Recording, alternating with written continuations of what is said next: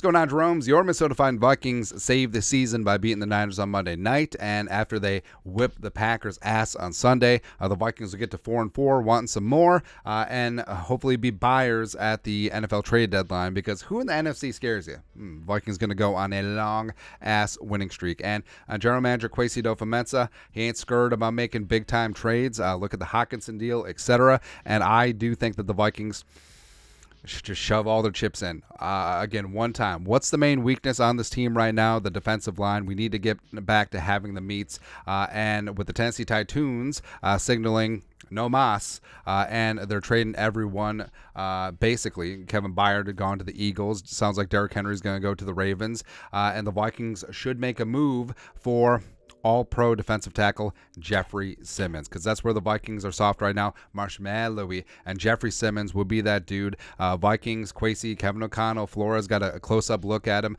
at joint practices in training camp this year, and Simmons is, frankly, for me, I think he's top three interior defensive lineman with Aaron Donald and Chris Jones, and he might not be three. Like, he might not get the same hype as Aaron Donald and Chris Jones, but he's certainly up there as an absolute disruptive force. And in terms of blockbuster trades, I mean, the Vikings have made one before, bringing in Jared Allen from the Chiefs in 2008. There, they gave up a first and a third. Jalen Ramsey, who was traded mid-season, the first time, going from Jacksonville to the Rams. That involved 2 first-round picks and a fourth-rounder. And then when the Bears traded for Khalil Mack, not when they gave him away to the Raiders for basically nothing, the Chargers for basically nothing, but when they got him from the Raiders, that involved 2 first-round picks. So that's about the neighborhood that we're talking about. And if Simmons actually is on the block, I mean, there will be suitors for sure, but we'll talk about compensation here in a second. But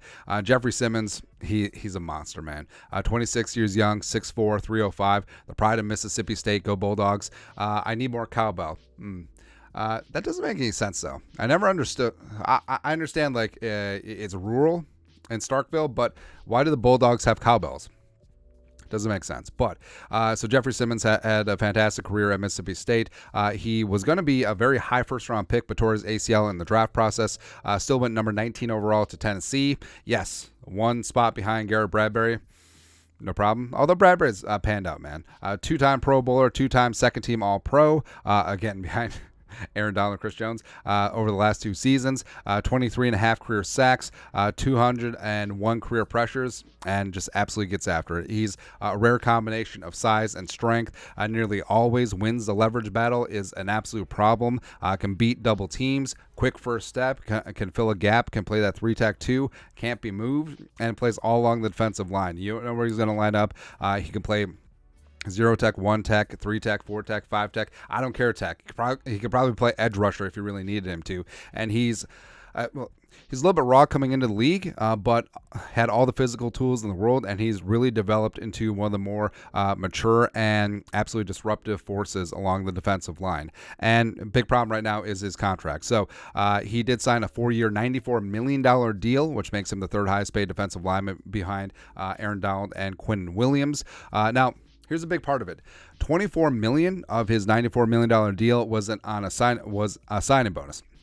It's already been paid, and that stays dead on the Tennessee Titans cap, so the Vikings wouldn't have to worry about that. Also, his 2023 base salary was skinned down to the bone, $1.33 million, so the Vikings would actually only have to pay $704 million in cap space this season, which, even though the Vikings are tight against the caps, they certainly could scrounge up. And his 2024 base salary is fully guaranteed, $16.5 million. So that would be his cap charge. Remember, signing bonus comes off the books, so that's huge for the Vikings if they trade the contract as is. And then $6 million of his $17.5 million 2025 salary is guaranteed. And frankly, $16.5 for a top 3 defensive tackle is a steal. It's chump change. And again, that's the big time factor with losing that $24 million signing bonus.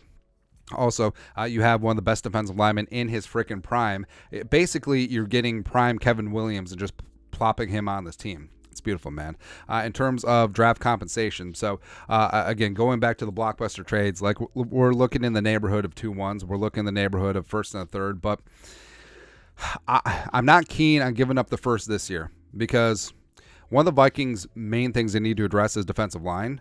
So you could bake that into the cake. It's like, all right, so instead of burning a draft pick on an unknown rookie defensive lineman, you already pick up one of the best in the league. Basically, that's what the Rams did when they picked up Jalen Ramsey as well as Von Miller. But that's beside the point. F those picks, but it's catching up to him now.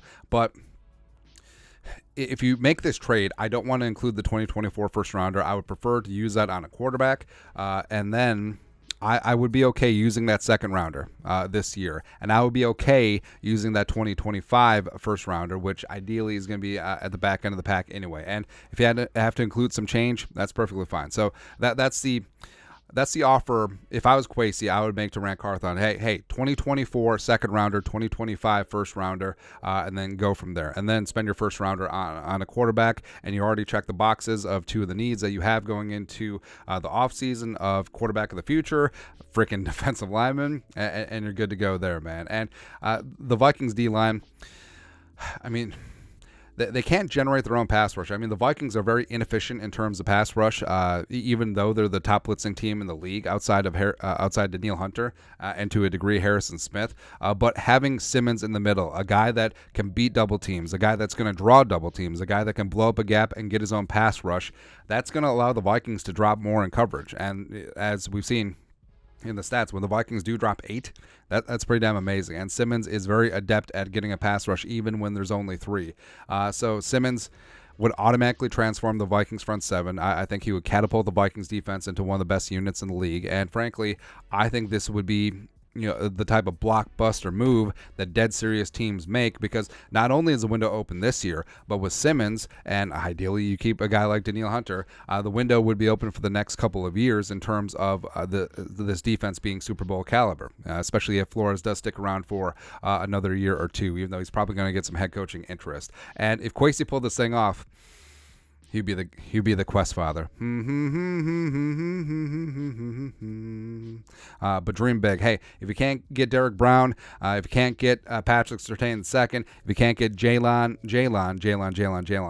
go for the pin, go all in, and go for Jeffery Simmons, man. I'm all about it. But your thoughts on our thoughts of Vikings need to trade for Jeffery Simmons from the Tennessee Titans. Let us know your thoughts and our thoughts in the comment section below. Subscribe for daily Vikings takes. Want to support the work? Put a little something in the Venmo. But next time, Skull production value.